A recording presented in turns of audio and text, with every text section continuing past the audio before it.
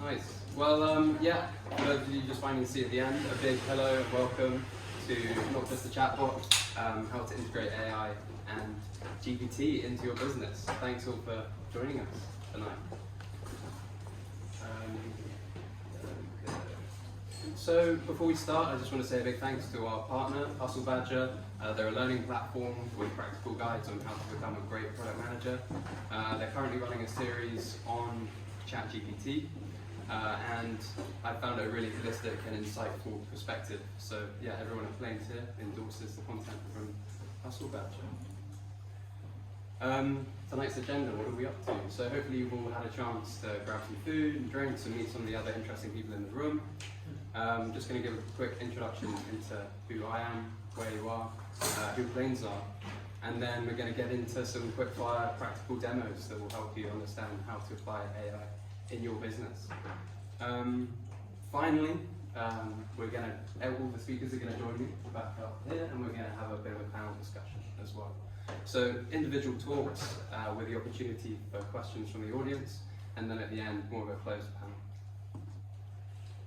So yeah, who am I? I'm Angus. I'm a product manager here at Plains. I've been here more than 2 years now, and I've been writing a newsletter internally about AI as part of an initiative to increase literacy around AI and encourage people to use it. I've also got a 3.5-year-old daughter, so I'm a little bit invested with artificial general intelligence. Yeah, all of us. You're currently training a neural net, is what you're saying. Another aspect of my role here has been with research. I'm running a research playbook, and I've also been doing research around one of our first AI products, which is Alt AI. Henry's going to touch on it a little bit later on. I'm excited for more of that. So who are we? Hi, we're Plains. We're a digital product studio. We're based here in London, but we have global clients, and we work with startups, scale-ups, and established businesses, help them with innovation from idea to execution.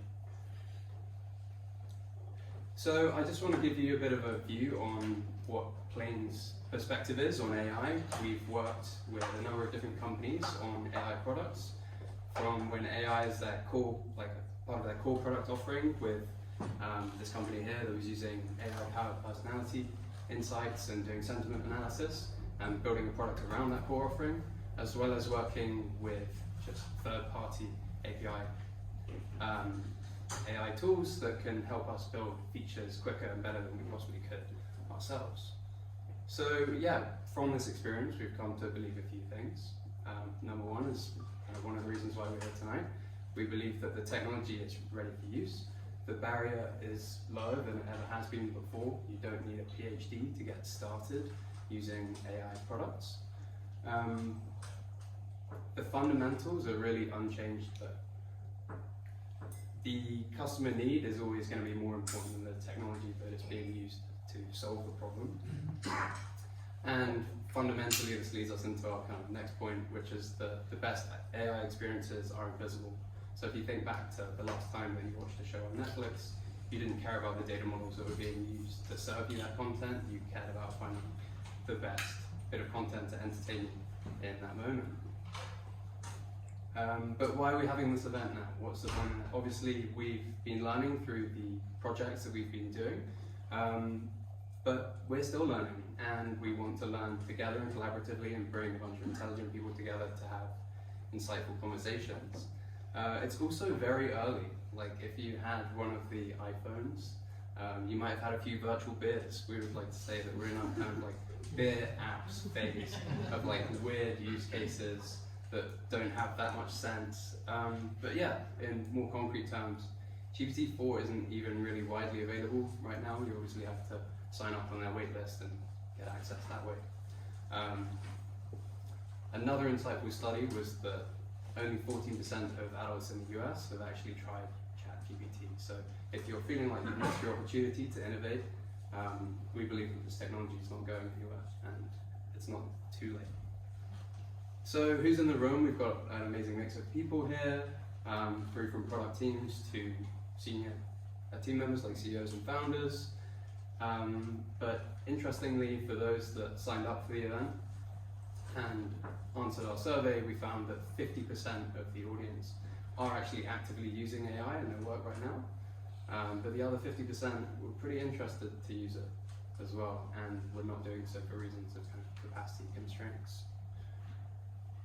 So we've got an amazing range of speakers here tonight. They're all here and they're going to introduce themselves individually. But in brief, we've got Kathryn, who's going to kick us off talking about some of the initial context to help you understand AI and its history. We've got Tata from Picsart, tech unicorn, a generative AI tech unicorn. Then we've got Joe, who is speaking about specialized models, who is going to demo the smart assistant that Amplitude have been developing. Henry is going to talk about 3 practical use cases based on kind of the emergent features that are now possible because of AI. And then finally, we've got our kind of devil's advocate, Webb, who works for Trumpet. So yeah, without further ado, I'm going to pass over to Kathryn. Thank you.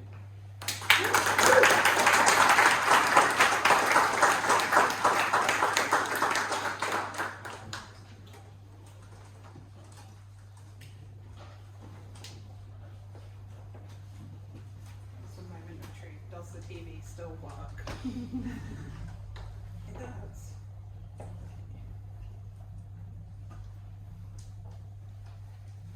See my presentation on it.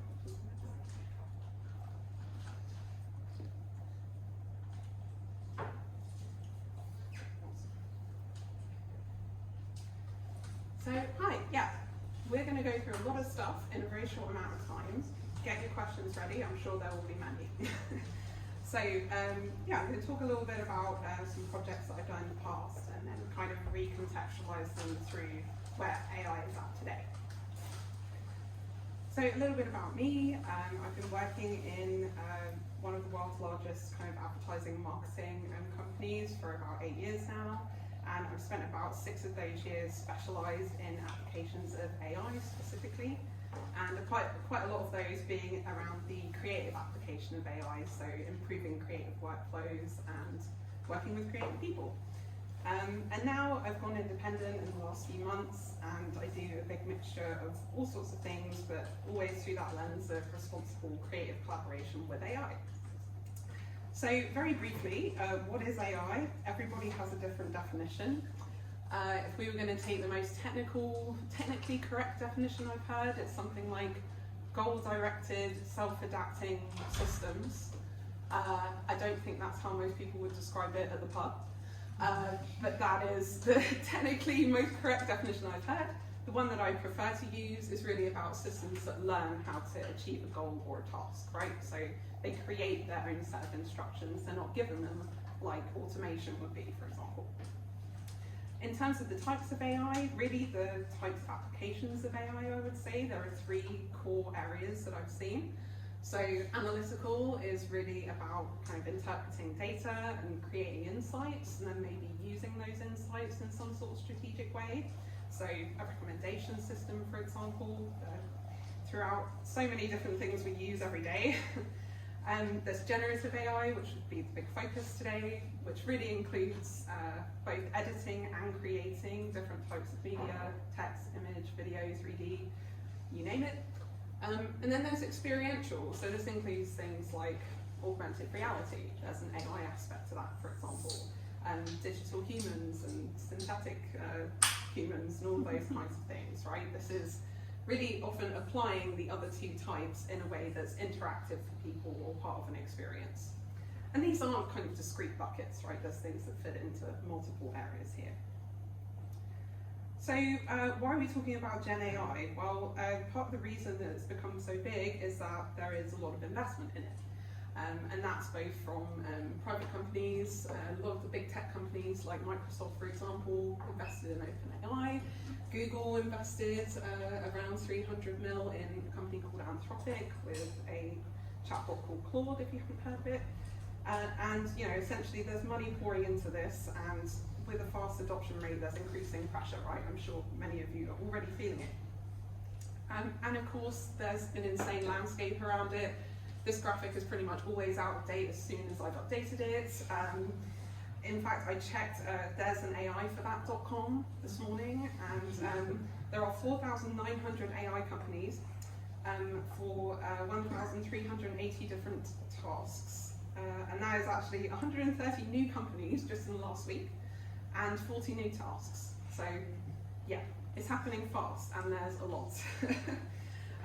But I want to spend the time today just going through a couple of key projects just to kind of get the creative juices flowing, and hopefully you like them. So the first one happened, it was actually my first project involving any kind of AI element, right? And this was back in 2015, and it was to help Usher launch his new song, which I'm sure many of you think is really cool. So, you know, really the song was pretty interesting at the time because it was focused on racial injustice, which is obviously a huge issue, especially in the States. And so Usher wanted to create an experience where people were kind of forced to view the video with the song, right? He didn't want people to just hear the song, he wanted to have this kind of experience.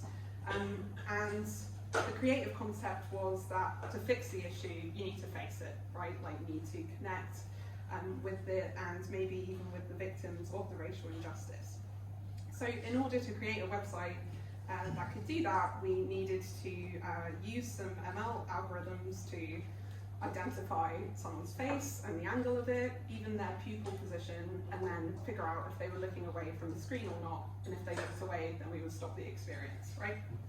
So, you know, at the time, it was very kind of research level, cutting edge stuff to do that. And so, you know, that was my kind of role in the project, essentially. And, you know, as you can see here, we kind of have this overlay. I'm sure many of you have seen experiences like this now. But, you know, it was pretty revolutionary at the time. There were over 1.4 million views in the first 8 weeks between the website and the video. Again, may not sound that impressive now, as it's a pretty big deal. But, you know, this was a really early example of using AI in that kind of experiential way. Of course, now, you know, this kind of technology has become part of our lives. Face ID came into existence in 2017. We can all unlock our phones. And then, you know, this iconic piece of technology that I'm sure you're all still using every day, the Animoji thing. But it just goes to show, you know, how far we've progressed, right, in terms of what we can detect and how easily. Even in 2020, you know, it was possible to now take an image and a very short audio clip and to create a digital version of yourself. So bear with me here. Hi there, I'm Kathryn. Nice to meet you. I live in Bristol, but I'm happy to be visiting London today. I am British, but this voice clone makes me sound like I'm American. I did live in the USA for 3 years, so I guess it's fair. So even like 3 years ago, this was possible, right? You know, now this is possible with like 5 minutes and 3 seconds of audio. So, you know, that's where generative AI is taking things in terms of what you can do with facial information.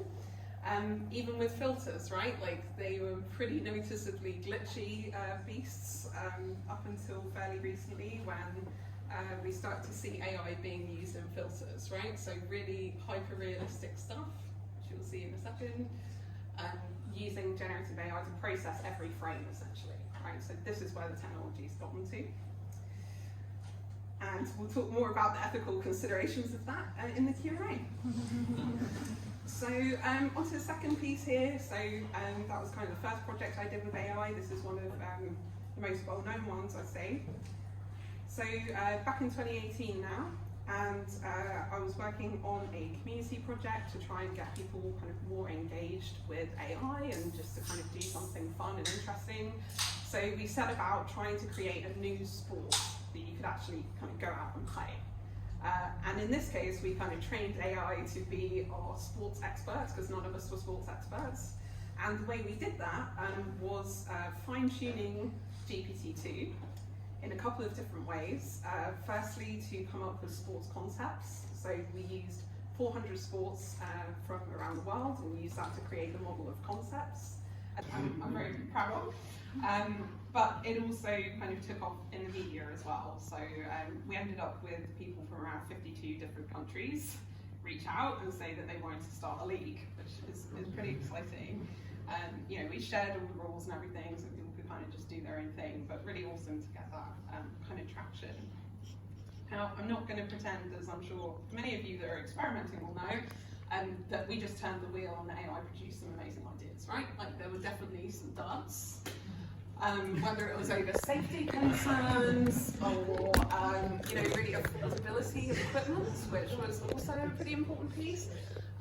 So, you know, these things weren't perfect even then, right? And then on the right here, you can actually see, you know, when I talk about generating images, we actually set up a model to generate a sports logo because that seemed like an achievable thing with image generation, maybe. So you can kind of see the training happening here, and it's slowly being able to generate some kind of something, which was enough to kind of help the creative teams to come up with sports kits and things like that. But you know, that was kind of the best it can contribute at the time. If we're talking about today, you know, where are we at? You know, we've gone from 2 weeks of training an AI and fine-tuning and doing all that stuff to like 5 minutes, right? So using ChatGPT to come up with sports ideas, using Midjourney to come up with logos, like this is where we're at now. Even in terms of the, you know, the sports equipment and the kit, for example, we were even able to then use these images as inspiration to get more from this. So, you know, so much is achievable now, so it's worth investigating. Just a last little plug for me. So I'm a freelancer now, working as a generative AI director or anything else in the kind of creative AI space. I do a lot of different things. You know, obviously we're talking about a lot of different products and projects today. Happy to work on those in terms of validating ideas and prototyping, all sorts of things. I also run various pieces of training, so if you kind of want to have a go at something but you really need certain groups to be trained up in a certain tool, then I'm willing to do that. And then I also kind of work directly with companies that are just looking at how do we transform our business now that AI is a huge thing. So yeah, if you're interested in any of that, reach out, and for now, let's do some Q&A.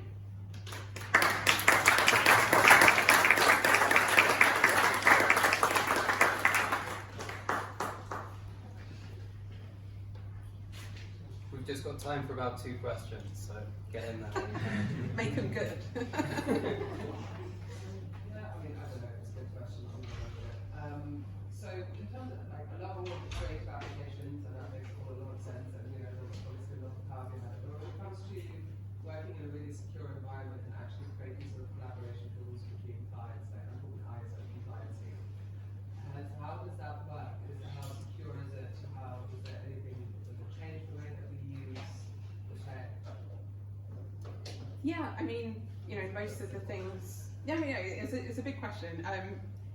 I mean, honestly, most of the opportunities that have come up so far have been more directly assisting production teams. So there isn't so much, you know, I know like a lot of the tools like Figma, etc., you have that kind of collaboration aspect when you're doing reviews and stuff. It's been more, you know, directly assisting at the source. So even now, I mean, there's a lot available just through Photoshop in the last month, right? So more like looking at, could we create plugins for Photoshop to help you achieve this? So that it's like less about, you know, one thing to do all things. Yeah. Yeah. So I know that's kind of sidestepping slightly, but I think it doesn't always need to be at that level, right? Yeah, cool. How do you think we address some of the ethical concerns that come up with AI? Yes, big question, and we'll talk more about it in the group discussion later as well.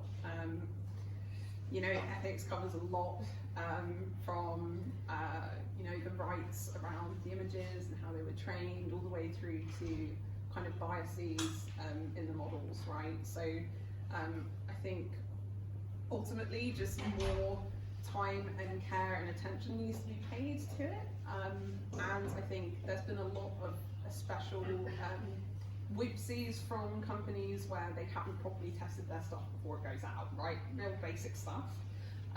You know, they've maybe tested it amongst themselves in the office or whatever, and like everybody's using AI tools now. And you're like, okay, well I don't know if that's really, like, for what? Like, what am I trying to do and why? And like, how is it going to help? Like, so, you know, I think it's a big kind of cultural thing, and also everybody like falls somewhere differently on the kind of AI like political spectrum, if you like, that's kind of emerged in terms of how you want to interact with it in your daily life. So I know that's like a lot, but hopefully we can dig into more of the specifics of those later.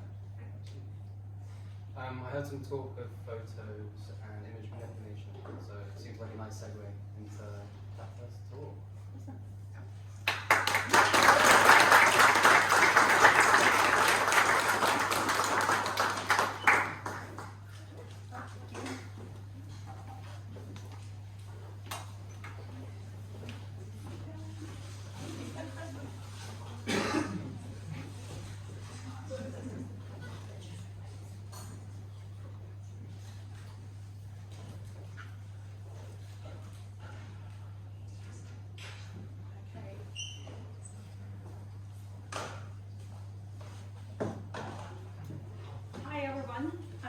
Super nice to see you all here. Thank you for coming and dedicating your evening to spend with us and discuss generative AI and what are the opportunities in the space. As we have just discussed a lot of visual, really cool examples, I was curious who works with visual content in this group. Could you please raise your hand if in photo or video space you use images in your work? Oh, okay, most of you. Great, about 70% of people here have raised their hands. Then I hope this would be helpful. I work for Picsart. I'm head of product strategy and operations for content at Picsart. Picsart is a tech unicorn. We have about 150 million active users. And we have a mobile app, we have Windows application, we have a website. And not a lot of people know we are actually an AI company. It was founded 11 years ago by a professor in AI. Back then it was not fancy. And his 2 students. And nowadays, we have about 100 people working in AI research and development. So what I'm going to be sharing today is going to cover a few steps. First, I'm going to show you a little bit of R&D and how R&D is working within the company, just to give you an idea how that could work if the company is AI-driven. And then I could show you some of the applications of the products we have built, and then in case you work with visuals, be that photos or videos, how you could use some of the services available from us in your products. We have partnered with a bunch of companies, and for some of them we have done some AI integrations. So if you're curious to learn more, I'll have my contact details at the end. Feel free to email me or message me on LinkedIn. I'll be happy to share some of the case studies. So speaking of Picsart AI research and development, it's very interesting to see a lot of people using applications of Gen AI, being that Stable Diffusion, OpenAI stuff. But where the true magic happens is when you can train your AI models based on the user feedback and user data. And given that we have 150 million active users and over 1 billion installs, there are a lot of people editing things every day and using our and also open models. Therefore, we are retraining the models, both publicly available as well as our own. As here you can see that with Stable Diffusion you can get one thing. If it's Picsart's driven Stable Diffusion, meaning on Picsart data, the results get a little more prominent and better. We also have been working a lot on fine-tuning our own models we have been working on for years, and you can see here that there are a lot of ways, based on real user data, especially with faces, you could get high-quality results. There are also different styles available. There are a couple of people in our data science team who really enjoy everything related to different visual aesthetics, and they are trying to get to fine-tuning the model, which we use internally to be able to replicate different artistic styles. It works not only with portraits, it also works with graphics, and you can see how Stable Diffusion works, and you can see how Picsart vector graphics model work, and you can see that we're trying to optimize that for people who are developers. A lot of the things which we develop, we use ourselves in the product, so for us it's extremely important to make sure that the models we develop are actually very usable.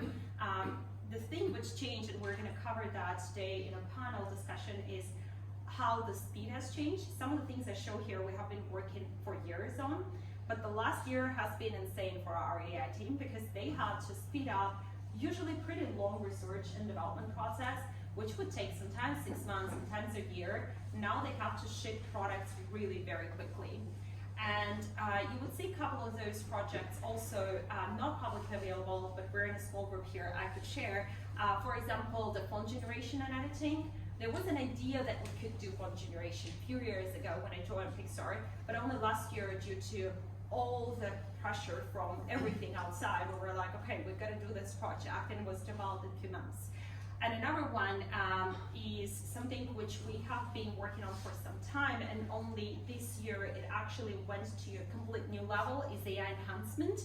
When you can get an old blurry photo, or any blurry photo pretty much you have, and actually get a higher resolution of that. The use cases of this are pretty incredible. It could be anything related to a bad photo shoot, where you want to have things unblurred, your personal photos, or for some of the businesses when they want to have a higher resolution of the image, and the image is not necessarily the right resolution to fit into the website, for example. And this is one of the latest developments of text to video and video to video, when you could see, you could generate a video using text prompts as well as have the video adjusted to a specific style. This is a research project which our team has done in the last few months, and we have released the code open source, so if you are using GitHub, you could just go to Picsart and find the code and try to experiment with it and see what you are going to get. And as I promised, one part is research and development, but what could you actually do with it? We have one good team, really good team in our London office, and they are working on quick tools project, the things which would be necessary for anyone working in business. And Tom, our senior product manager, has thought of why won't we create something which we are struggling a lot with, which is ad making. For those of you who have created ads, you would relate, it's really hard. You have to generate a copy, the right visual, then coordinate all of those things together. Sometimes you have to brief a copywriter separately, someone on the design team separately, etc. We thought of creating an ad pilot, a tool which would allow you to create a visual, quickly adjust it, and then add a copy and have a ready ad. And you can get results like this using Picsart Ad Pilot, meaning ready post, so you can have it right away to be used for your product promotion. Our very first use case is the e-com mainly, so if you want to do product sales, that's the one we started with our first minimal marketable product, and the one which you can test. And I'll show you a quick run through for it. I'll do a little bit of a speed up here so it's faster for you to view. And how it works, you choose a photo, and that photo is, let's say, a photo of your product. Then it cuts out the photo from the photo of the product. You could choose different kinds of backgrounds, and you could generate a background if you want using the generative AI technologies, or you could choose one of the backgrounds available. Then you would need to decide what kind of goal is for your ad, and you could also decide the tone of voice, and it would generate the right copy based on the things which you want. You can always go back one step and decide if you want to change things. But we're hoping this is going to help marketers to design better ads, and we are actually designing this a lot for our own team as well, because that's one of the struggles we have been having of this disjointed things. And then you could see a few copy options. You could see that you can decide like what are the titles you want to have and how the post is going to look like. And then you can export it in different formats. This is a project which is work in progress. Like as I said, it's minimal marketable product. If you're working with ads and you have any feedback, we would be super happy. Just drop me a line on LinkedIn and I would be happy to schedule like a product research call, and we can discuss the feedback you have. If you're planning to use anything like this, we'll be happy to do so. And then the last phase of my presentation is actually the solutions which are available for business. And this is something which is a very new direction for Picsart.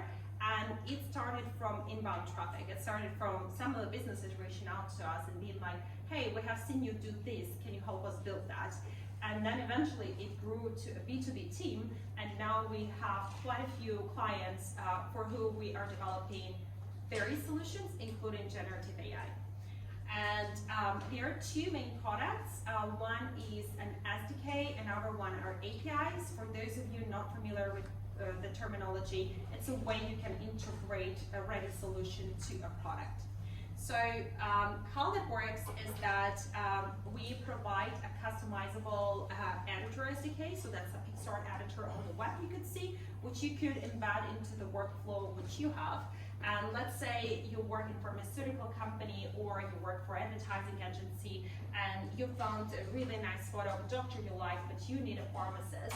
So what you could do is use Picsart AI Replace feature, which allows you to change things like turn the doctor to a pharmacist, and then quickly touch up that, generate a background, remove the background, generate the new background, add a pharmacy background, and then quickly have the ad ready. This is something which a lot of people would like to use from our initial feedback and research when they are creating their marketing materials and ads, especially in the small and medium enterprises, because this is something which is pretty quick to generate. There are also various APIs, which is a quicker solutions, the things you could integrate to your product. For example, AI image generator, one which you have seen in a couple of demos, the writer, the avatar. Most of you have generated an avatar by today, I imagine. If not, head out to Picsart and you can generate a cool one for you. The background change, when you can have your product and generate any background, but it not necessarily is a product. Sometimes I generate backgrounds for my own photos before posting them on social media, because I have a really good shot, but there are a lot of people on the background, so I would just blur that and change the background to something which is nicer. And there are also interesting tools available. This one I have been struggling a lot with, that solution personally for me. Very often I would find an image which I really like, but then it wouldn't fit the right format. Recently I was doing my own website and there was a photo which I really liked, but it was a square and I needed a long banner. And this is an extant image which is using AI and painting, and it allows you to generate the image, like the bigger version of the image, and not necessarily zoom in or crop it in an awkward way. And it's pretty fascinating what this technology could do, because in fact, if you train the model properly, it could generate entire scenes. And we believe that as the technology goes on and there's more models trained, this could be used a lot in the gaming industry, in the advertising industry. It could be used a lot in the movie making, because it could generate scenes. There are some projects I cannot show you today because they are still a little bit of a secret, but I can tease you that they are allowing to have this kind of things in motion. So you imagine the scene would be moving and you would be able to see things in motion as well. And it's pretty crazy when you see how quickly things are moving, as we were discussing. It felt like 2015, 2016. It took a while to do something. Now it takes like a few weeks, best case, to train a really big data set, which is pretty amazing. The AI Replace, this feature is pretty interesting because we have had a viral case with this one. It was for Valentine's Day, and it went viral because the marketing team came up with an idea of replacing your accent photos, and all of a sudden everyone in press has been posting that you could just replace your apps with a baguette, with a dog, or with a snake, or whatever else comes to your mind. In business, it has a little more realistic applications, like you could use this to edit things on your social profile photos. You can use this for photo shoot, for e-commerce. Recently, I took one of my photos and I wanted to change the dress to see how that dress would look in blue. I just highlighted the dress and I asked the AI to change it to a blue dress, and I got my results ready. And then I was like, oh, maybe it should be a red dress or maybe a red suit. And it was very crazy, but in 5 seconds, I got like 10 different options of dresses on me, and none of my friends could guess that it was not a real photo. And when you think about it, how much faster things could work, including trying on new clothes, that's very cool. Here are my contacts. There's a QR code to my LinkedIn if you want, or the email if you want to get in touch. If you want to test any of the tools, please let me know. We would be more than happy to have a chat. And if you want to test some of the new products and provide feedback, I would be very grateful, because some of the things I've shown to you today are just very, very much work in progress, MVPs.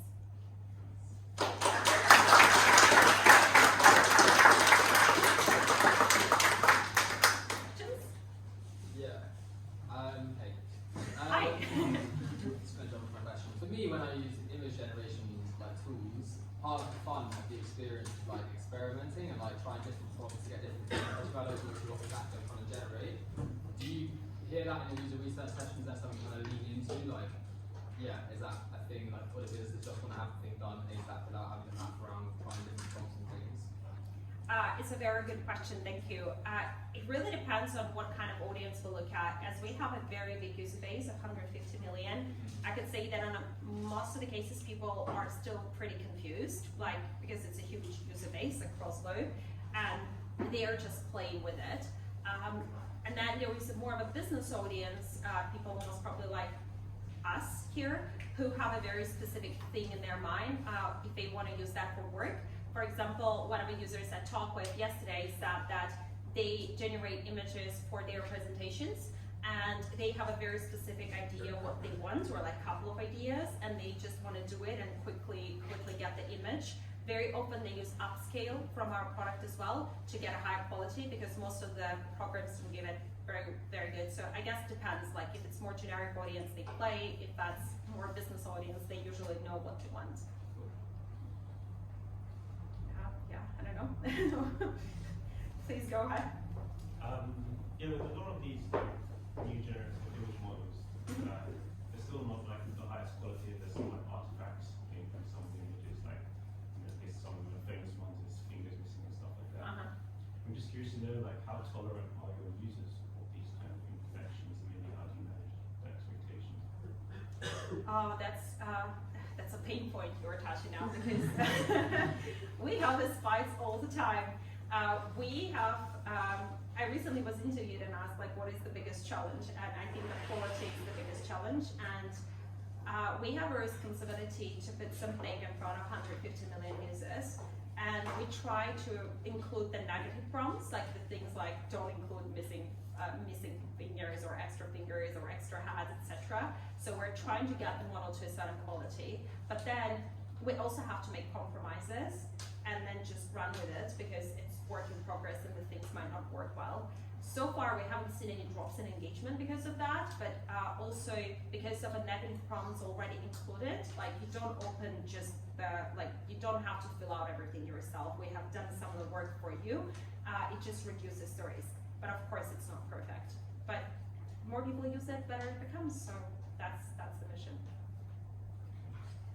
And there was another one. Yeah, time for one more question. Yeah, okay. So yeah, I could expect a question about copyright. How do you navigate that, and does that prevent you from working, let's say, with enterprise clients who are very sensitive about that sort of thing? Good question. We have been thinking a lot about the copyright. There are some negative prompts included as well. So what we do, it does not prevent us to work with enterprise clients. Everyone is just very cautious of what are the kinds of images you use. But there is no way you could, on a generation, to exclude some things. Like, you are not able to exclude something which looks like a logo similar to something. So in our general terms of use, we try to communicate to people that, look, you have to be responsible and to take the things which are original. In terms of using some of the images, a lot of them look pretty unique, and they are unique. So according to our legal guidance, it's completely okay to use them. Of course, unless it looks very similar to a very big name logo, then people need to be cautious themselves. Thank you. Amazing. Thanks so much. Yeah, thank you.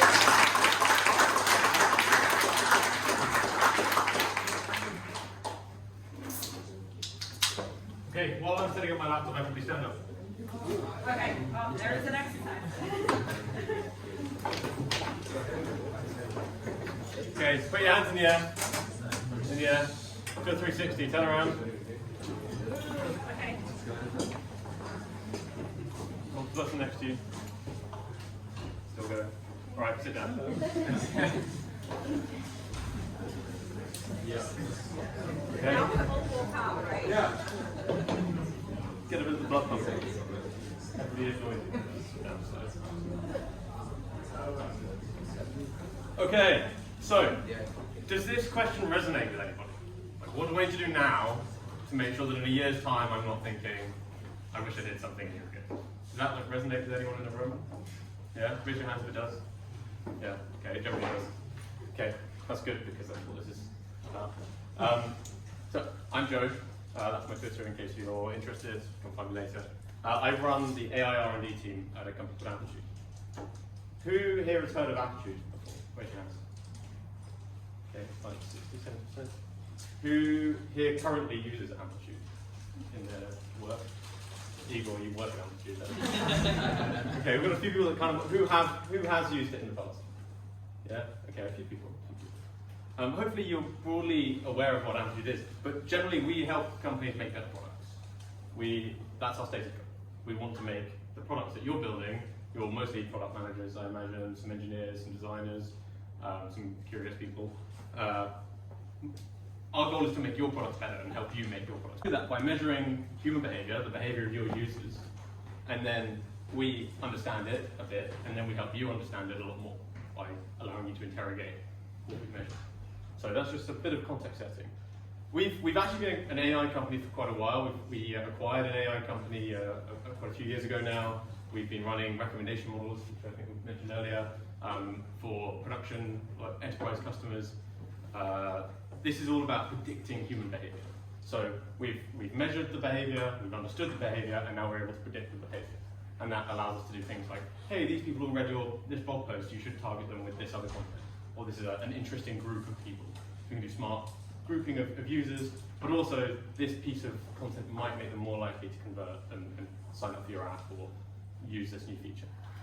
What we've learned in that time of being an AI company is that AI is all about emulating behavior, human behavior, and in many cases exceeding it, doing things humans can't do, or at least doing it faster. So AI is all about emulating behavior, and the key to being able to emulate behavior well is to measure it at scale. So we're in a really nice position because we can measure the data, human behavior, across loads of different companies, across loads of different niches. And then we can compare that and combine that into what we call a global model. This is something that we're not doing publicly, but this is all R&D, so stays within the room. And within that iPhone, apparently. So this part is not like PR approved, so this is me. AI is a sustaining innovation, and by that I mean, and this is purely my personal opinion, not a revolutionary innovation. I actually think it's really hard to think of any revolutionary innovations that have come about and then everything changed the next day. Apart from crypto, obviously. So even the internet, right? It took ages, and we're still like, that's still happening. So even the internet was not an immediate, and roads and engines, they were not immediate revolutionary innovations. So what I mean by this is it's something that's raising the bar, it's adding to the table stakes for any product company. But I think there are niches where there's brand new companies that can exist, and other niches where companies that used to exist no longer need to exist. But on the whole, on the broad sort of scope of things, companies that are not AI companies are not doing things that that was not possible without AI. This is a thing that we have to sort of think about to improve our product, and just sort of becomes another table stakes thing like federated logging might be, which is a really boring feature that everyone needs. Obviously this is kind of cool right now, but will it be cool in 2 years? So I'm going to do a demo. We were tweaking this earlier today, the code, and it was not working earlier today, but hopefully it's working. This is Amplitude. You may not recognize it. This is like a slightly redesigned thing that's only running internally. But at the top here, we've got this AI assist bar. And this allows you to ask questions of your data. So normally I would have to go create a new chart, choose some events that I'm tracking that my engineers have gone and typed in, and choose some properties and choose a type of event. Do I want a line chart or a funnel or something? Now I can just sort of type in a free text query. So here I'm just going to use one of our sort of default example ones, which is they're generated for this Amplitude. It's Amplitude on Amplitude. So it goes off and thinks, and what it's doing, we've typed in one query, but this is actually quite a complex thing to do. So it's actually running about 7 different LLM queries. This is using GPT 3.5 Turbo. This is running 7 different queries in parallel with lots of different sort of logic gates, and in certain cases, in certain responses, it does certain things. And this was able to go and search all of our events, find 10 different events that are relevant to this query, figure out what time frame to use, what metrics to use, and here we've got a bunch of things we can do now. And this is like an important design consideration. Do I want to retry. This didn't get it right, I want to try again. This is probably quite familiar if you've used ChatGPT. Maybe there's a thumbs up, there's a thumbs down, which is what we were talking about earlier with sort of the feedback, human feedback loop. We've got save button and an open as draft button. So I'm going to open this as draft because it's almost right, but I'm going to tweak something. So now I'm in my full editing overview, and I can ask for some tweaks up here. Maybe I think actually this is correct, but maybe I want to change this. I've changed my mind. I want to see users behaving these things. How many different users are doing these various actions? So I've tweaked this. I've changed my metric per hitting window. So we're going to come back to that, but that's sort of setting the scene a little bit. That's a feature that we're slowly rolling out to our own customers. The first question we ask when we build a feature, in particular an AI feature, is like, is it good? Does it work? Do our customers like it? And that's a really hard question to answer. But there's an even harder one, which is, in what way is it bad? And the follow-on from that is, how do we make it better, right? And these questions probably, for product managers in the room, starting to feel a little bit familiar. These aren't questions that only exist when talking about AI products. These are true of any feature, any product that you're building and shipping. But it is a little bit different because we've got AI in the mix. So it's not like, go change the color of the button, or there's a bug, or we can make the text bigger or something. It's not like code changes. These are like in models. So we now have to start thinking, we can't just measure tech, the code, the design. We have to also measure the AI's output. And it turns out that like a lot of AI is trying to emulate human behavior. So as a tool that's designed to measure human behavior and understand human behavior, we have some like really handy tools that allow us to do this surprisingly well, surprising us. But the key thing is, you measure AI output the same way you measure a feature. Not by looking at the code, you look at the outcomes, you look at your North Star metric, you look at how your user's behaving and responding to the feature. There is a bunch of safety monitoring stuff that you want to do, and we're not going to talk about that now, but that's things like, is it starting to talk about Hitler to my users, or again, all sorts of weird stuff, or generating images with horrible content you don't want to be pushing to your users. So that's a separate topic. But then just like, how do we make our features and our products better, we have this same question: how do we improve the output of our models? And we have a few different ways to do that. One is prompt engineering. Prompt engineering is what we were hearing earlier, like negative prompts don't include 6 fingers on one hand, positive prompts include 5 fingers on each, or 4 fingers on one thumb. So prompt engineering, this is actually like, so part of it is just typing things in. But like I said in the demo, that was actually running 7 different prompts, or sometimes even more, depending on the logic flows. So prompt engineering isn't just tweaking the text. In many cases, for more complex applications, or more complex features at least, it's also figuring out how to break down your prompts into multiple parallel queries. Igor, in the front here, works with me. He has spent the last 3 weeks doing prompt engineering. Igor, in 2 words, could you summarize, we haven't rehearsed this, Igor, in 2 words, summarize prompt engineering for me. It sucks. It's not a fun job. It's like, raise your hand if you like writing software, like code. Okay, raise your hand if you like don't like it. Okay. More hands for don't like it. Imagine writing code, but sometimes it fails and sometimes it works for no reason, and also it looks like English and you have no idea why it doesn't make sense. So it's just really, really weird. Prompt engineering is confusing and frustrating. The other way is reinforcement learning. So that's the thumbs up, thumbs down. What's the next one? Yeah. So reinforcement learning, thumbs up, thumbs down. We rolled out this feature. Very few people are clicking thumbs up, thumbs down.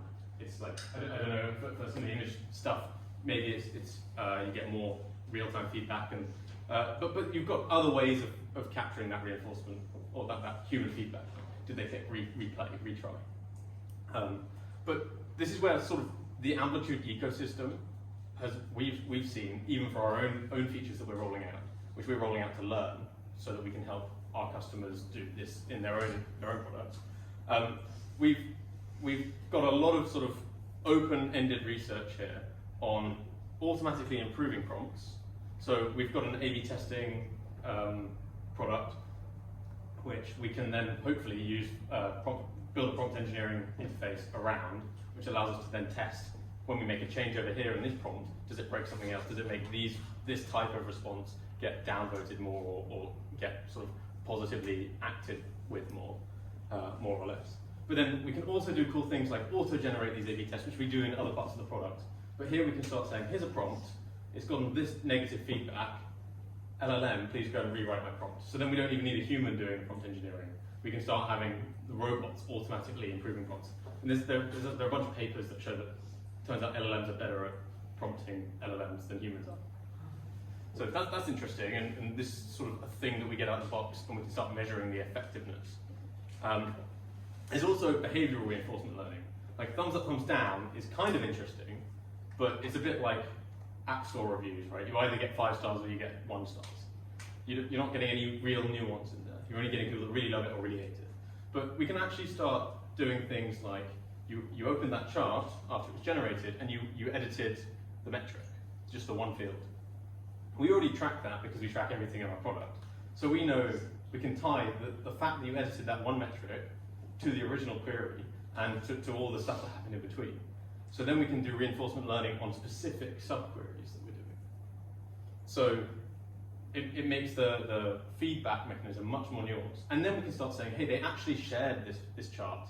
They actually used it, they came back to it a week later. That's a really positive sign, rather than just they did thumbs up or they just didn't even respond to it. They just loaded it, looked at it, and then went away. So the behavioral reinforcement learning is much more powerful than just thumbs up, thumbs down, the sort of reinforcement learning from human feedback, RLHF. So I guess coming back to the question, what should I do now in order to win with AI in a year?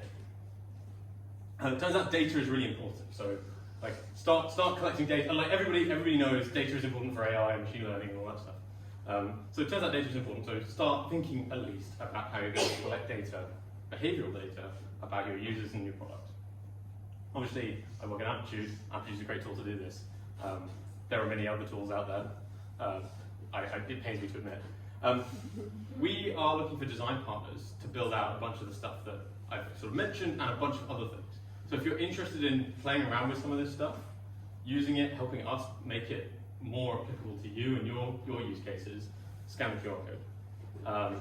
This is like the designers and marketers in the room are going to hate me. I have 2 call to actions in this slide deck. So this is the first call to action. If you want to become a design partner or just have a conversation, no commitment, it's a Google form. Give us your details and I'll set up a 30-minute call. I'm also running an AI hackathon on the 24th and 25th. So scan that QR code for to go to the AI hackathon. Looking forward to that. That's actually just down the road in Newspeak House. And on the Wednesday before, so I think the 22nd, we're doing which is not on that QR code, but scan that, sign up for that, and you get all the emails.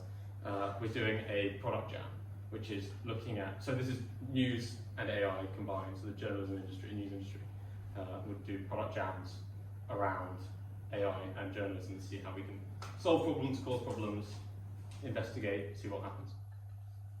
Okay.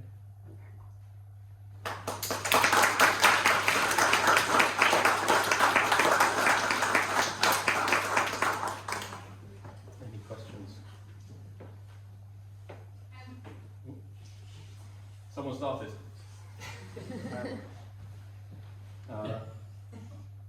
Go ahead. I don't think I started, but I can try and You can continue. continue their thinking.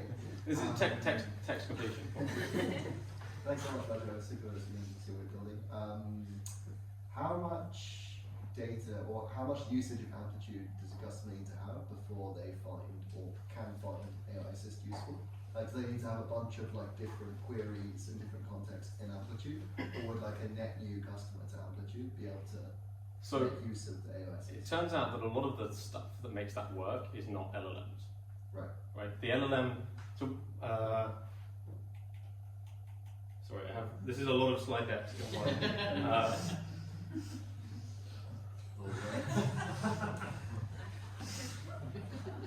That's the design one. It's got photographic memory. Takes it in. Okay, this one. So we found that a really important part of getting LLMs to do anything useful and predictable is thinking about input and output space. So an input space is like whatever the user, the end user is putting in. The output space is the format in which the LLM can give an output. And this is true in image generation or any kind of generative AI, really. So what we do, we have a large input space. We have like a text bar, right? Yeah. We have a text bar. So a user could put poem about Hitler or whatever. They could put anything on there. We have no idea. So we have a large input space, but because so this is one of the reasons we've broken it down to lots of subprompts. This allows us to really constrain the output space. We can say, give us a title for a chart that an analyst might use. Give us the metric that we should use, the type of chart we should use. But then when we get to selecting events, that's a little bit tricky because LLMs are really bad at picking from long lists of things. They start hallucinating the more things you give them. And we've got customers with tens of thousands of events and properties, right? More than that. So we actually do a lot of pre-filtering using sort of LLM adjacent technologies. So we generate embeddings. So these are like numbers that are close. The numbers are close together when the words have similar meanings. So then we can say we're going to pre-filter to just the 10 most relevant events or just the 15 most relevant events, and then pass that to the LLM for it to do some of the more logic-based stuff on the large input space. So actually we do a lot of the sort of smart math stuff before it goes to the LLM. So we're able to do, and the whole point of the LLM is to be general, right? So, yeah. Time for one more question. Henry. Uh-oh. You mentioned you used GPT 3.5, is that right? Yeah. So how does just talking high level relatively, how do you do the reinforcement part? So so at the moment in the prompts, Igor can keep me honest here, we do a lot of the multi-shot stuff. So that's not the reinforcement learning, that's the prompt engineering piece. Then OpenAI exposes fine-tuning APIs. So we're actually not doing that for this feature, but we have all the data captured. So we're now figuring out what the right way to productize that flow to make it easy. So yeah, it's fine-tuning models. And then, so this is the nice thing, fine-tuning requires lots of data. We have the data slide. But so does training your own model. So this data that, to begin with, only makes sense for fine-tuning because you don't have enough. You get that value early on, but then later on when you've been running this for a year, you have enough data, or maybe for a month if you've got millions of users. After you've been doing this for a period of time, you start being able to actually train your own models, which will become cheaper because OpenAI models get more expensive and slower as you fine-tune them, not faster and cheaper. So, yeah. Cool. Thank you very much, Joe.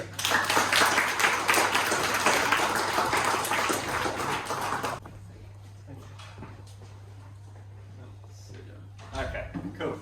So today I want to talk about, demystifying generative AI and trying to break it down into smaller concepts so that we can start today applying it to our products. The key thing I want you to take home today is that you really don't need a PhD in machine learning to start using AI. It's now much like using a database or using some interesting infrastructure, just a product challenge, a design challenge. Your product teams can start strategizing how to use it today, and you don't need that PhD anymore. So we can start thinking about AI as more of an ingredient rather than like a big technical undertaking. So hello, who am I? I'm one of the co-founders here at Plains. I'm the technical director, I'm the techie one, software engineer by trade. I do not have a PhD in machine learning, but I have been doing a lot of tinkering and playing with AI. We've integrated it into a couple of our client projects, and I've been having a lot of fun with it. I'm going to assume you'll kind of get that gauge today. So before we start, Joe's obviously touched a lot on this, so I won't go into too much detail.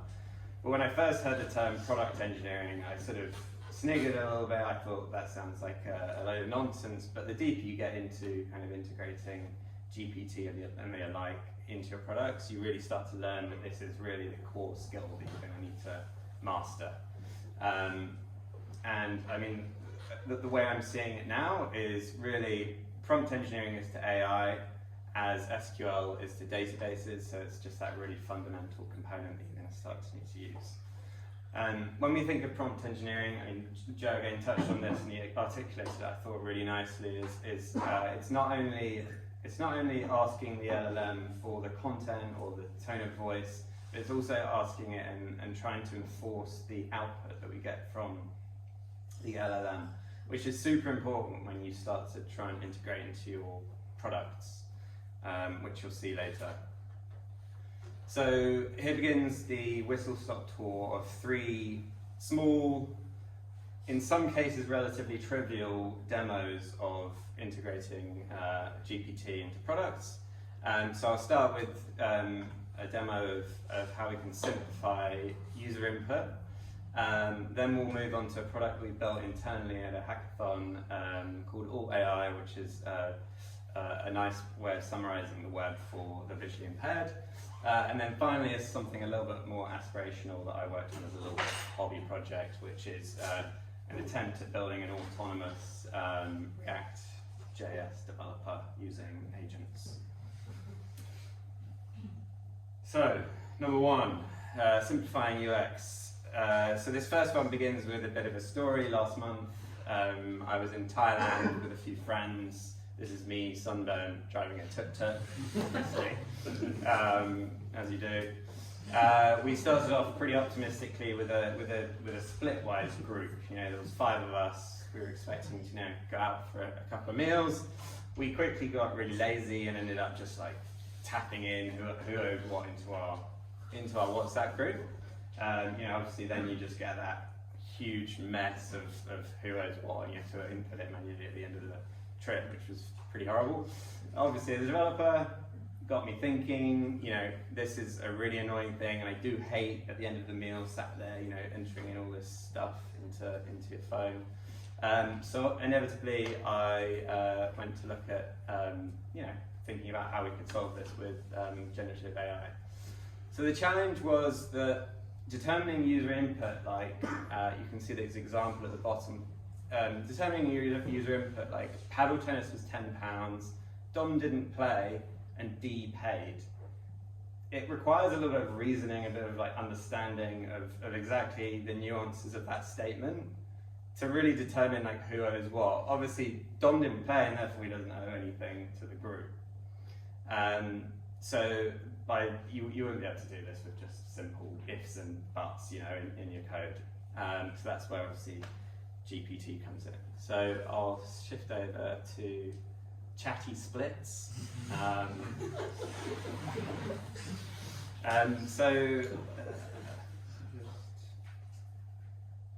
really nice.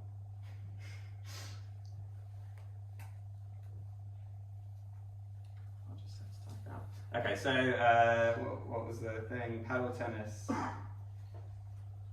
was 10, and Dom didn't play, D paid. So through this, I can then click a button, it'll then do run it as part of the prompt, which I'll show you in a second, and then it's essentially output the wrong output, which is I've literally done this like a million times in the workshop. Yeah, great, nice. Enjoyed that. Cool. So anyway, the prompt that doesn't work is as follows. Don't reuse. So you set the scene. This is one prompt, and I've broken it down onto many slides because it ends up being quite a large thing. You set the scene. You can give the GPT a persona, so you can tell it to, I mean, in this case, I'm telling it its name and what it's about to do. We then can give it some options. So the really key thing is that, as we've all probably learned through using ChatGPT, that generative AI, LLMs aren't very good at maths, right? So like you can't just like plug in numbers and expect it to like do all this work for you. But what it can do really well is reason about the problem. So as I was saying before, with that kind of complicated sentence, it's able to like determine which action to take on behalf of you. So we give it these 3 options, and it asks it to exclusively respond with one of these. We then tell it how we want it formatted. So obviously when we're normally dealing with programs, we're dealing with a data structure. Normally these days we're dealing with JSON. It looks a bit like this. A lot of you non-developers will be shutting off right now. You know, we're asking for it to format in a certain way, and potentially it could go wrong, so we also ask it to return an error if not, and then we give the user input. So yeah, obviously our statement that went wrong previously. And so why is this interesting? I suppose, like, you know, nobody in this room, I don't think, works at Splitwise, so, you know, this particular solution obviously isn't terribly interesting, but hopefully you can see how we can use the LLM to do just the reasoning part, just the bit that the user might find like a high cognitive load or whatever it might be that they don't want to be doing. We can potentially feed in, you know, voice, have the user talk into the product, and we can use it for reasoning and simplify the user's input, which is kind of nice and kind of is a relatively trivial, quite easy to achieve at this point, and could probably have its place in most products, I think. So next up is this tool that we worked on as part of a hackathon at Plains. So this is actually something Ellie and I worked on as a team. So the issue we kind of struck upon was the fact that, you know, the majority of the web, you know, most of its images and actually only 61% of homepages on the internet have what are called alt descriptions. So these are little captions that are associated with images that enable users with using screen readers, so the visually impaired who go and click around the internet. You know, it means that they can't understand what is visually in an image. So we decided to build a Chrome extension that did this. So we first of all, you know, this is a demonstration of a terrible alt description. For some reason, a lot of alt descriptions seem to be just the actual image name, you know, watch.png, totally useless. So what we do is we use, the only non-LLM model I refer to in this talk, so Blip. It's actually an open source model created by Salesforce. So it's image to text, you just pass in the image, comes out with a caption. So a metal watch on a wooden table next to some white pebbles, which is pretty handy already. Like, you've made a huge leap forward for the visually impaired. However, it doesn't really tell you a huge amount about the actual, you know, the materials in the image or some of the detailing. Like, for example, there's a Seiko, you know, there's a Seiko watch. So what we did was we built an additional step that scrapes the contextual information around the image. We then send that along with that caption into GPT with a surrounding prompt as well, asking the LLM what we need. And then it comes back with a much better, much more sort of detailed description, which is a Seiko steel metal watch with a black face and dome crystal glass on a wooden table next to some white pebbles. So it's much better, and we're able to do that quite trivially with the you know, integration of a couple of models, which is really, really nice. So this is all like wrapped up into a Chrome extension, and it's on the App Store now. So my last stop is agents. So this is a little bit more aspirational, a little bit more fragile, even more fragile than chatty, whatever I call it, chatty splits. So you will have probably seen things like Baby AGI or Agent GPT referred to in social media posts. So these have been really interesting. People have been trying to kind of create agents, effectively autonomous machines that are able to kind of reason and build up task lists and then go and execute on them. So people have been building these and trying to use them for use cases where there's like long user workflows and potentially like changes to that workflow as you move through and act upon those tasks. So things like shopping for things, where you're like clicking around in the browser, it might change based on the objective, or market research, things like that. So it's all really interesting, and I had a little play with it. I thought, you know, how do I then go and like build myself as an agent, as you do. So that's where I came up with React GPT. So it's based on Baby AGI, which is literally, if any of your developers, I definitely recommend going and having a look at the code, because it really like trivializes it all. It makes you realize actually it's really, really simple. It's 100 lines of code, or at least it was when I built this. I think it's now 350 lines of code. It works with GPT 3.5. It's basically a simple algorithm built on top of GPT, which is able to build a task list, organize that task list, and then provided you as a developer have gone and wired it up to a tool, it can then pick through that task list and go and like reorganize it and things like that. So what I've done as React GPT is I've wired Baby AGI up to a tool called Code Sandbox, which is a bit like a code editor. So I've wired those two tools up together. And the result was pretty good, really. You'll notice I'm showing a video of this rather than doing a live demo. So it's right now it's building a task list. I've set it the objective of create a login UI, user interface, and it's going to go and build that task list. It works through each of the tasks, and if any of them fail, which the first two did, it then feeds that back into the task list and then goes and like sorts through and builds more steps. And it does work a lot of the time, which is cool. And the nice thing about this is because it's integrated with Sandbox, you can then go and, as a developer, go and open that code base and then go and iterate on it further, which is quite cool. And I've open sourced the code for this on the Team Planes GitHub, so you can go and have a look how that works. I think that's more. And final slide. Thank you all for coming. It's great to see you all here. I sense a lot of excitement in the room. My recommendation is just go and have a play. You've probably all played with ChatGPT. You don't want to hear that as a recommendation, but I definitely recommend going and playing with generating prompts on, so OpenAI Playground just enables you to see how developers are then going to go and implement in their projects. Replicate is really great for going and fishing, like going and finding different models that are open, free to use or pay per use effectively. And then Hugging Face is really good as well for lots of open source models, which is cool. Thank you.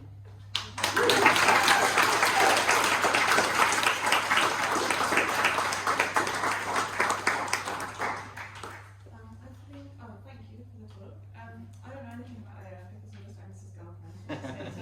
Just Agnes's girlfriend. But I've heard him doing the interviews for the research with the vision impaired people to hear about how to, like, the user needs for that tool. And I guess what occurred to me now is, well, it will become clear how little I know about AI, but does AI kind of continue learning, like, basically is AI woke? I guess is my question. Because let's say it was a picture of two non-binary people, and it has to provide the description. Would AI know, oh, these two non-binary people, or would it have to be like, yeah, I guess that's my question, like, how far can AI understand? It's a good question. I mean, the answer is it's most likely, depending on the image, really, right? Like, it's a real challenging problem, and realistically, a lot of the time it's going to get it wrong. We hope that the tool is a large step forward, but also with the accompanying like additional context that you might get from the image, you can feed that into GPT. You can kind of augment the information that it's just simply getting from the image. But yeah, you're right. I mean, it's not perfect, not a perfect solution. Just a question for you. You mentioned just now, prompt engineering as a discipline is here to stay. And I agree with you, right? But I read an interesting article a couple of days back about saying that, someone mentioned that they think prompt engineering is quite transient because even now you can feed into ChatGPT 4, 3, ask them to generate a prompt for you. And of course 3.5 is not as good, but 4 does a decent piece of work. So you're wondering if the AI at some point will actually even start to replace some of the prompt that humans generate themselves. I think I saw the same article. I mean, it's an interesting point, but I think fundamentally the AI cannot read your mind, and and really all prompt engineering is defining exactly what you're wanting. And that's the skill. It's not in the exact ordering of the words, although that's going to make a difference. I think it's articulating exactly what you want and just being really specific about all the context, which obviously is going to probably get easier as the models get better. But I think it's probably here to stay. Yeah. Thank you. Amazing. Yeah, we'll have more time on the panel to discuss accuracy and ethics as well. So more of that to come. Thank you very much, everyone.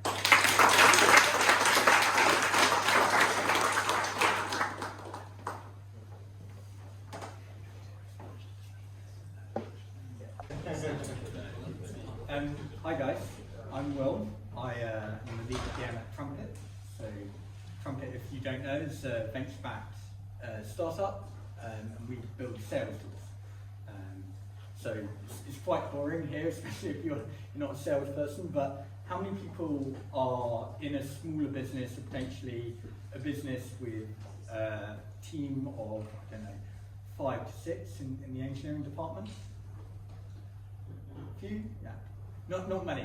Okay, most people are from large companies, which is a good sign, but yeah, what I'm going to talk about is how, from a smaller business, would we build kind of AI into our product strategy and look at things ultimately that people want. So yeah, we've got a bit of a blurb on Trumpet. Just to give a bit of context, this is a pod, it's a microsite, and what this acts is as a bridge between the salespeople and their buyer. So everything can live in the pod. You can sign contracts here, you can take payment, you can put in videos, record videos, edit photos, and it just acts as a centralized place. So if I'm buying software, buying anything, I don't need to speak to a salesperson constantly, which is quite a common problem. But yeah, the first thing that I would say is adding AI to your business alone won't build a moat around your business. It's quite controversial. I presume here a lot of people are already working on AI products, but I can tell you now, it's worth thinking about, and worth thinking about not so much what you can do, but more so what would be valuable for the most important people, which is your end user. So Trumpet at the moment is not investigating AI from a product perspective. We're not looking at implementing anything on our kind of quarterly roadmap. But what is Trumpet's moat in particular at the moment that sets us apart from our competition? And it comes down to 3 main things. Our ease of use. The tool is all drag and drop. It's very, very easy for our users to pick it up and start using it. The speed that we iterate. Our development team is very, very fast. Kind of do weekly, bi-weekly releases, and we've got pretty strict internal SLAs on things like that. And then the biggest piece of value is the data that people get from their pods. So how long the buyer is spending in this area, what they're interacting with, what they're doing, and a bit like Amplitude, how you can use that to then sell better. So can AI help with that? Short answer, yes, but whether it's worth us putting it in is another matter. So at Trumpet, we're extremely user-driven. Users sit at the heart of everything we do, to the extent where we publicize our roadmap and users can vote on anything that we're building. And with that, we have included AI-related features in our roadmap.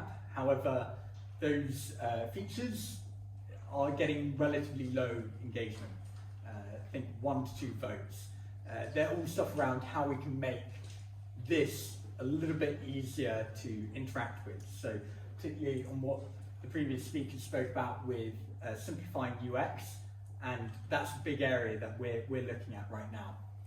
So we're focusing with our much smaller team on how we can solve user problems that are here right now, and how we can make sure that the product that we have in its current state is becoming increasingly more useful and valuable to those users. So what are the core problems here where internally we think AI could really help? It's 3 areas. So speed of creating this microsite is a big thing. The UX right now is simple, but it's still a few different steps that the user has to take before they can get one of these in front of a buyer. Second piece is education.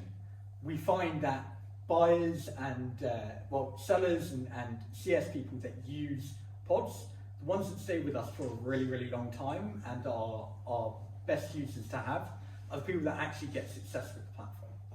So how we can teach them to create better pods, create and use the product better is really, really important. And then lastly, wow moments. So all of Trumpet's marketing is done through viral links.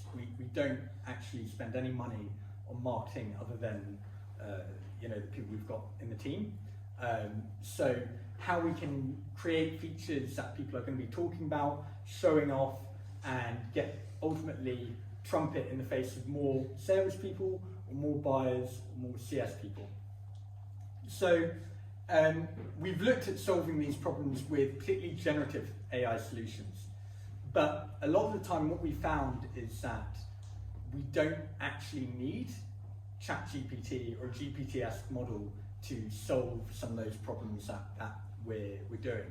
For example, with wow moments, we're looking at how we can rate existing sales processes versus a Trumpet sales process. And generative AI would be a cool thing to run that through, but it would be a lot easier and a lot less time consuming for us to just build our own very, very basic algorithm. It would almost be like using ChatGPT for the sake of it. And that's where we kind of have that mindset that we could solve this using AI, but right now it isn't worth it internally to solve that. So how are we staying up to date? Because we're in agreement with, I think, everyone here that AI is moving very, very quickly, and it's extremely valuable to kind of stay on this trend and not pass it off as just another trend. So we run company-wide hackathons every single month, and that's all the engineering team, design team, product team, they're all involved, and that's mainly to upskill people and keep people in the loop with prompt engineering, how they can be interacting with LLMs, and if there's other models out there as well. Our team is a very web-heavy team, so looking at just teaching them more about machine learning and the wider AI space outside of pure generative AI.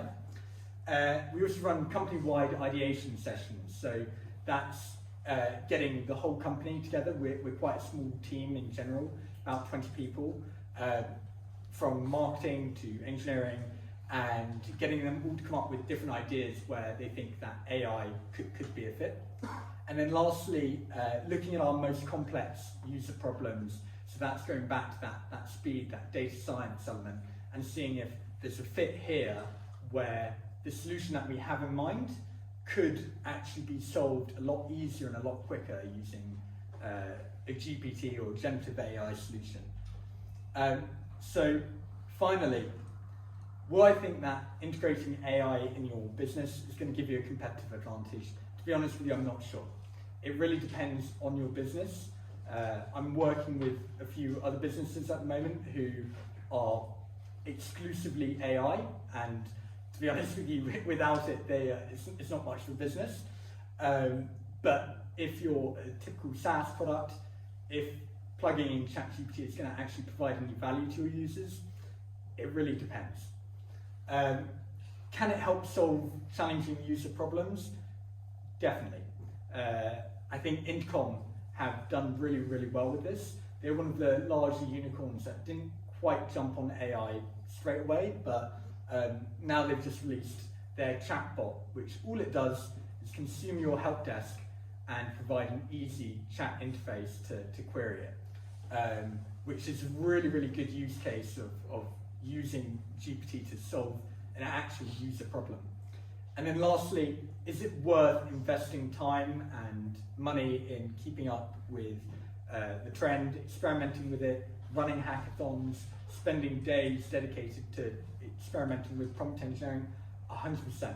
You do not want to be left behind with the AI space, even if you feel like your business is not quite ready to go. So that's everything from me. I don't have a fancy call to action. If you've got a sales team, they could be interested in using us, send them to our website.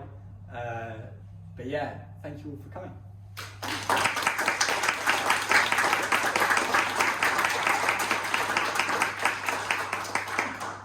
Questions? Yeah, how does this work, or how much success have you seen across consulted, sort of service-based B2B businesses? So obviously, a lot of this is really being asked about the small business, how modern it is, but like, what about a legacy business that's trying to transform and actually completely trying, that has all these different old behaviors attached to it? Yeah, so we've actually got a few large enterprise clients. I can't name names, but they're based in the UK, between 10 to 30,000 employees. Okay. And what we're finding actually is the biggest struggle with them is building adoption of Trumpet and our product internally.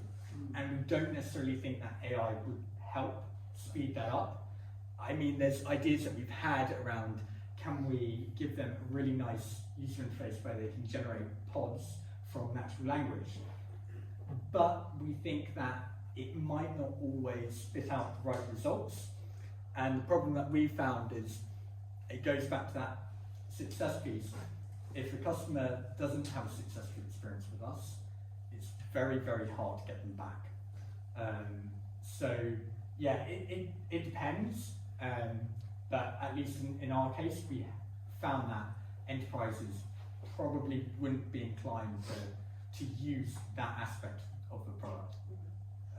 Any other questions? It's not really a question, it's like a post-8 p.m. idea. You're saying you're looking for, more viral traction. If you drop the ET, just call it Trump. Plus the arrest states in the US, you're going to become Trump AI, you're going to get a lot of demand. Do you want to talk in our marketing team? No, I said US TV. Awesome. Yeah. Is Trump VC backed? Yeah. What's the, so I think it's quite admirable to take a stance saying we're just going to focus on using problems. How does that go down with investors? Because I imagine a lot of investors want to see, portfolio companies running experiments. So how does that play with them? Yeah, so it goes back to that speed of release. We move very, very quickly, and as long as we're constantly justifying our roadmap and what we're working on, we use tools like Amplitude to get quite in-depth data insights of how people are using the platform and where drop-off is, where what people are doing and what success looks like. And so I think our investors are very bought in to that roadmap, and they're very bought into where we're going. As well as, I would say, while we're saying not yet, the key word there is yet. There's a lot of data science stuff that we're starting to lay the foundations of, where suddenly AI becomes a massive part. And I think the bigger question is, do we use generative AI and models that are out there, or do we train our own models to start interpreting that data nicely? Yeah. Amazing. Cool. Thanks so much, Will.